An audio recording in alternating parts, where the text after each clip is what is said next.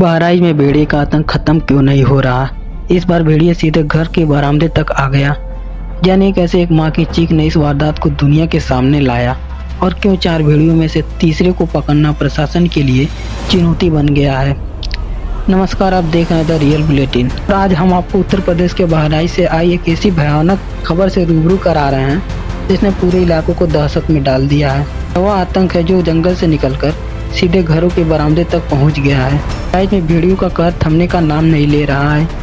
रविवार की सुबह एक बार फिर एक भेड़िया घर में घुस आया और मां के बगल में सो रही 1.5 साल की बच्ची को जबड़ों में दबोचकर जंगल की ओर भाग गया।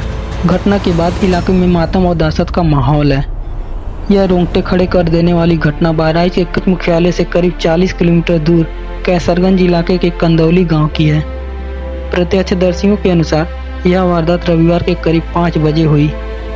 पीड़ित बच्ची सानवी अपने पिता राकेश यादव के घर के बरामदे में अपनी मां के पास सो रही थी।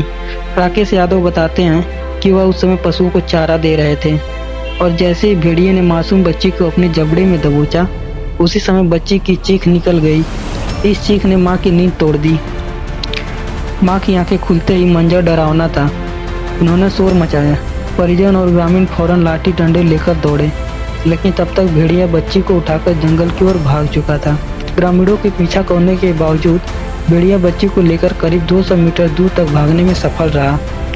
सुबह होने पर घर से कुछ ही दूरी पर घास पर मांस के कुछ टुकड़े मिले और साथ ही खून के धब्बे भी नजर आए। हालांकि अब तक बच्ची का शव बरामद नहीं हो पाया है। इससे अनिश्चितता और भी भयावह हो गई है। इस भयानक मंजर को देखकर बच्चे की मां सदमे में बेहोश हो गई, जिन्हें परिवार की अन्य महिलाओं ने संभाला।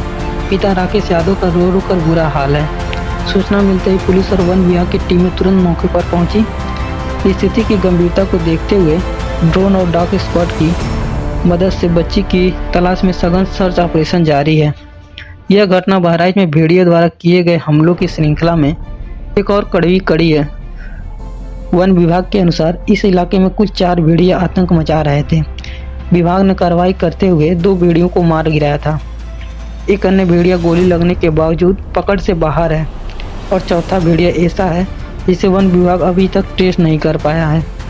माना जा रहा है कि इस चौथे अज्ञात भेड़िए ने इस बार मासूम सानवी पर हमला किया है। यह घटना प्रशासन और वन विभाग के दावों पर एक बड़ा सवालिया निशाना लगाती है। मासूम की जान बचाने के लिए अब और सख्त और प्रभावी कदम की ज़रूरत है। हम ईश्वर से प्रार्थना करते हैं कि बच्ची को जल्द से जल्द सुरक्षित खोजा जाए। इस बीच बहराइच के निवासियों से अपील है कि वे बच्चे को अकेले न छोड़ें और रात के समय सतर्क रहें। इस दुखद घटना पर आपकी क्या प्रतिक्रिया है? नीचे कमेंट में अपनी राय जरूर दें और ऐसे ही गंभीर खबरों के लिए हमारे चैनल रियल बुलेटिन को सब्सक्राइब करना न भूलें। धन्यवाद।